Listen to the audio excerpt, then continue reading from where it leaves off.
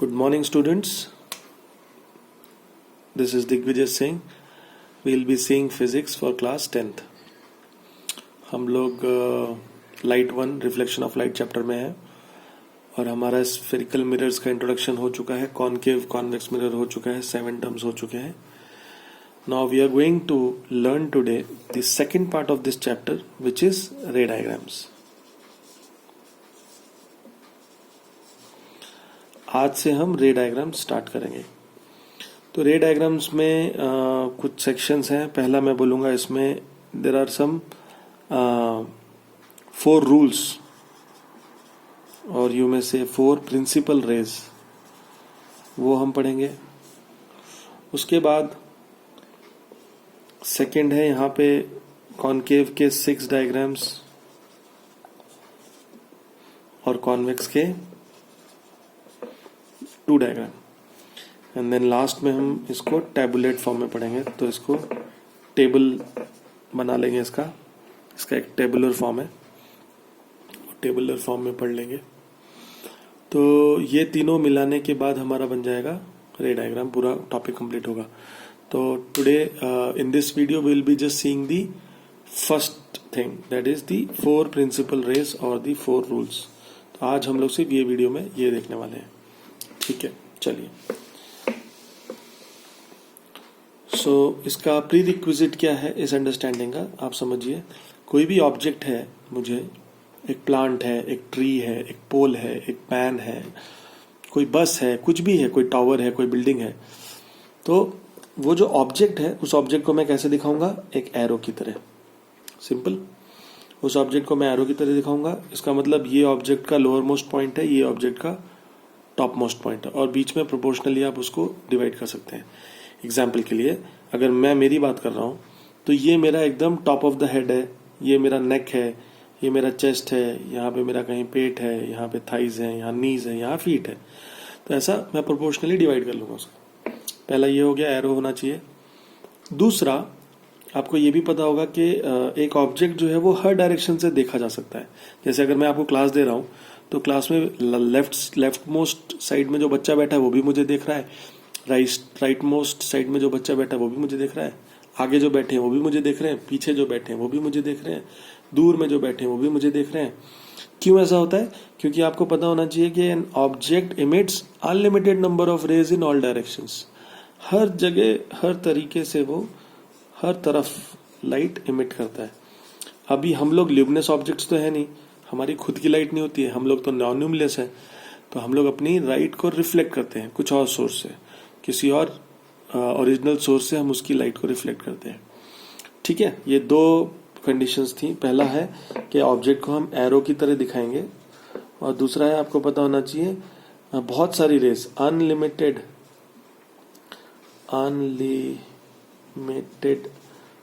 Number of rays in all direction.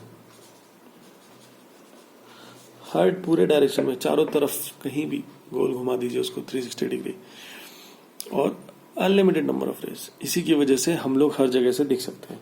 ठीक है, तो अभी हम लोग पढ़ने वाले हैं इन सब अनलिमिटेड नंबर ऑफ रेज के साथ. अगर मैं डायग्राम बनाऊंगा तो बहुत कंफ्यूजन हो जाएगा. देखिए, हम लोगों ने पहले पढ़ा कि अगर एक ऑब्जेक्ट है और उसके सामने प्लेन मिरर है तो उसकी इमेज कहाँ बनेगी?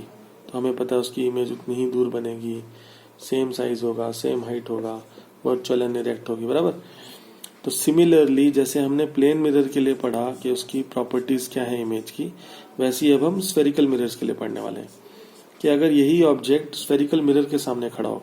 स्फेरिकल मिरर में 2 टाइप है, कॉनकेव और कॉन्वेक्स. तो कॉन्वेक्स और कॉनकेव, इन दोनों के बीच में अगर इस ऑब्जेक्ट को खड़ा किया तो उसकी इमेज कैसी बनेगी, उसकी क्या प्रॉपर्टीज होगी, वही हम पढ़ने वाले हैं इस बार. ओके, तो 4 रूल हैं.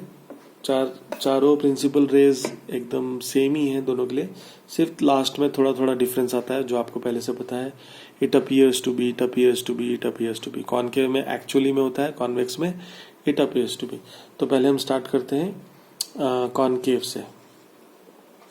कॉनकेव, तो इसमें से पहली प्रिंसिपल रे कौन सी है? Incident ray parallel to principal axis,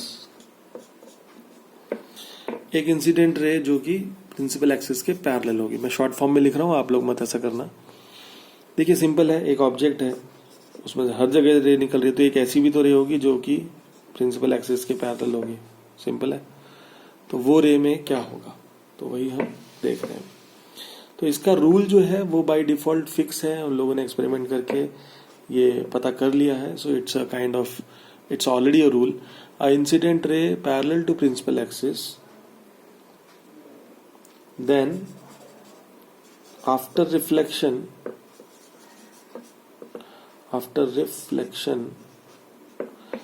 the reflected ray will pass through the principal focus।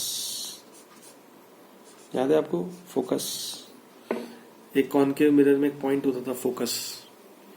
तो अगर incident ray parallel to principal axis है तो कॉनकेव मिरर अगर आपके पास है, उससे टकराने के बाद it has to pass through focus, वो फोकस से ही जाएगी। ये सिंपल सा रूल है।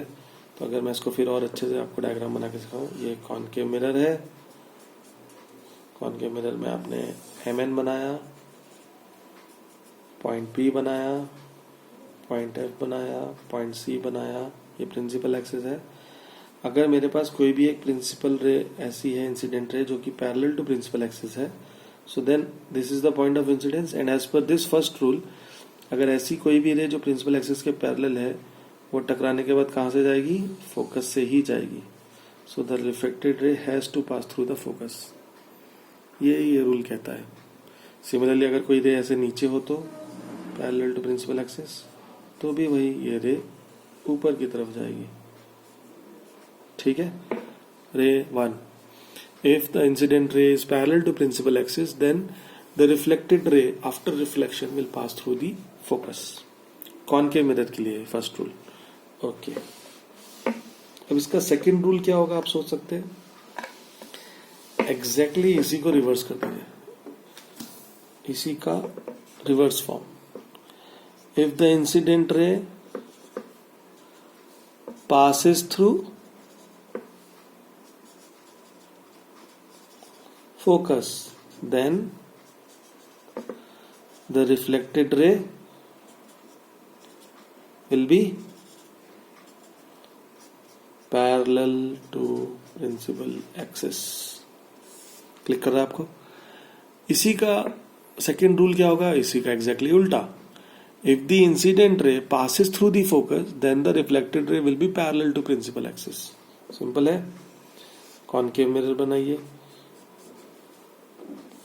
प्रिंसिपल एक्सिस दिखाइए, पॉइंट P दिखाइए, MN दिखाइए, F दिखाइए, C दिखाइए। अब ये बोल रहा है, if the incident ray, अगर आने वाली रे, if the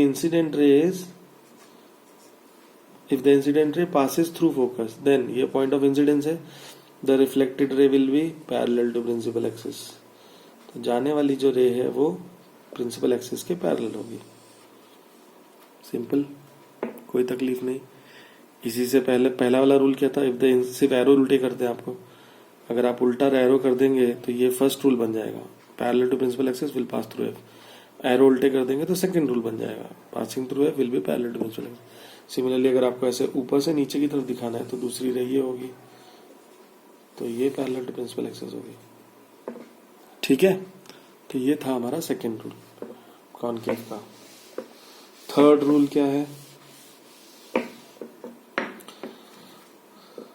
हमारा थर्ड रूल है, इफ द इंसिडेंट रे passes through the center of curvature, point C, then the reflected ray traces back the same path।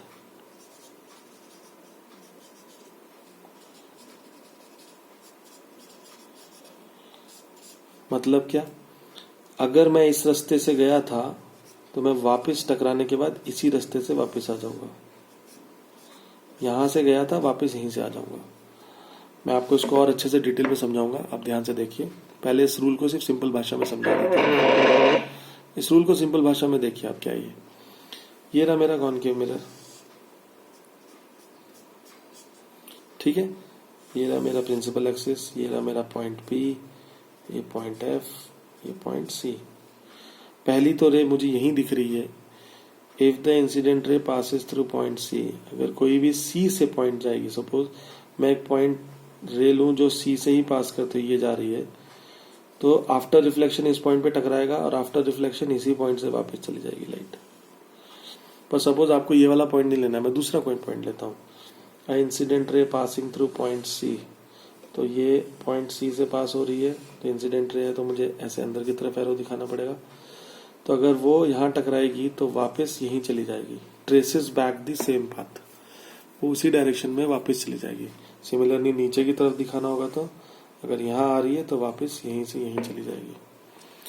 अब आप सोच रहे होंगे सिंपल रूल है, खैर समझने में कोई ज्यादा दिक्कत नहीं है, बट मैं एग्जांपल दे रहा हूँ। ये कौन सा, इसी का कॉरोलरी जो हम बोलते हैं, इसी का एकदम सेम चीज प्लेन मिरर में कौन सा था, आपको ध्यान आएगा। प्लेन मिरर में आपके पास, आपको याद होगा, अगर आपका एंगल ऑफ इंसिडेंस 60 डिग्री है, आई अगर 60 डिग्री है तो आर कितना होगा, 60 डिग्री ही होगा। अगर एंगल ऑफ इंसिडेंस आपका 40 डिग्री है तो आर कितना होगा, 40 ही होगा। अगर एंगल ऑफ इंसिडेंस आपका 10 डिग्री है तो आर कितना होगा, 10 डिग्री होगा। एंगल ऑफ इंसिडेंस आपका 5 डिग्री है तो आर कितना होगा, 5 डिग्री होगा। एंगल ऑफ इंसिडेंस अगर 1 डिग्री है तो आर, एंगल ऑफ रिफ्लेक्शन कितना होगा, 1 डिग्री होगा। और अगर एंगल ऑफ इंसिडेंस 0 डिग्री है तो, ध्यान है कि आपको इस क्वेश्चन का आंसर, अगर एंगल ऑफ इंसिडेंस 0 डिग्री है तो मेरा एंगल ऑफ रिफ्लेक्शन क्या होगा प्लेन मिरर में, 0 डिग्री ही होगा। याद है आपको। ये अगर मेरा प्लेन मिरर है, स्ट्रेट लाइन, तो अगर मेरा ये इंसिडेंट रे है तो यहाँ पे मेरा नॉर्मल बनेगा, तो ये एंगल था 30 डिग्री, तो ये भी होगा 30 डिग्री, बराबर। अगर ये हो गया 10 डिग्री तो ये भी होगा 10 डिग्री, बराबर। अगर ये हो गया 1 डिग्री तो ये भी होगा 1 डिग्री। इसका मतलब अगर ये होगा 0 डिग्री तो ये ही होगा 0 डिग्री। ध्यान आ रहा है आपको। मतलब अगर मेरे पास मिरर है और मैं टॉर्च से एकदम स्ट्रेट उसके ऊपर परपेंडिकुलर ही मारूं तो वापस लाइट मेरे ऊपर मुंह पे ही आएगी ना वापस फटाक से। तो ये वो वाला केस है, जब I is equal to 0 then R is equal to 0। ठीक है, ये तो प्लेन मिरर में था इसलिए आपको समझ में आ गया। अभी यही कॉनकेव मिरर में ये वही चीज है।